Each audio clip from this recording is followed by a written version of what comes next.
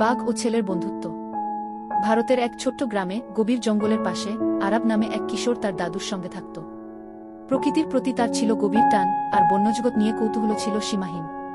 একদিন সন্ধ্যায় সে যখন গভীর জঙ্গলে ঘুরছিল, হঠাৎ করুণ একটা গোঙানির শব্দ শুনতে পেল। কৌতূহল নিয়ে এগিয়ে গিয়ে দেখল একটা ছোট্ট বাঘ শাবক আহত আর ক্লান্ত হয়ে ঝোপের পাশে পড়ে আছে। ভয়ের বদলে আরাবের মনে জেগে উঠল মায়া।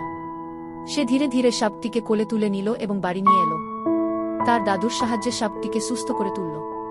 সময়ের সঙ্গে সঙ্গে সাপটিও আরাবের বন্ধু হয়ে উঠল। সে নাম দিল সুন্দর। দিন গড়াতে লাগল আর সুন্দর বড় হতে লাগল। তারা একসঙ্গে খেলত, খাবার ভাগ করে খেত, এমনকি কথা না বলেও একে অপরকে বুঝতে পারত।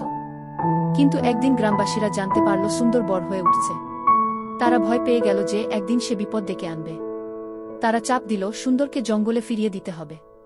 আরাবের মন ভেঙে গেল, কিন্তু সে জানত বাঘের জায়গা বনে। কষ্ট হলেও একদিন সে সুন্দরকে নিয়ে জঙ্গলে গেল। কাঁদতে কাঁদতে তাকে বিদায় জানালো, কিন্তু মনে মনে প্রতিজ্ঞা করল সুন্দরকে সে কোনোদিন ভুলবে না। বছর পেরিয়ে গেল। একদিন আরাব যখন জঙ্গলের ধারে কাঠ সংগ্রহ করছিল, হঠাৎ এক ভয়ঙ্কর চিতাবাঘ তার উপর ঝাঁপিয়ে পড়ল। আতঙ্কে আরাব চিৎকার করতে না করতেই গর্জন করে উঠল এক বিশাল বাঘ। সে ঝাঁপিয়ে পড়ল চিতাবাঘের উপর, তাকে তাড়িয়ে দিল। আরাবের চোখে জল এসে গেল।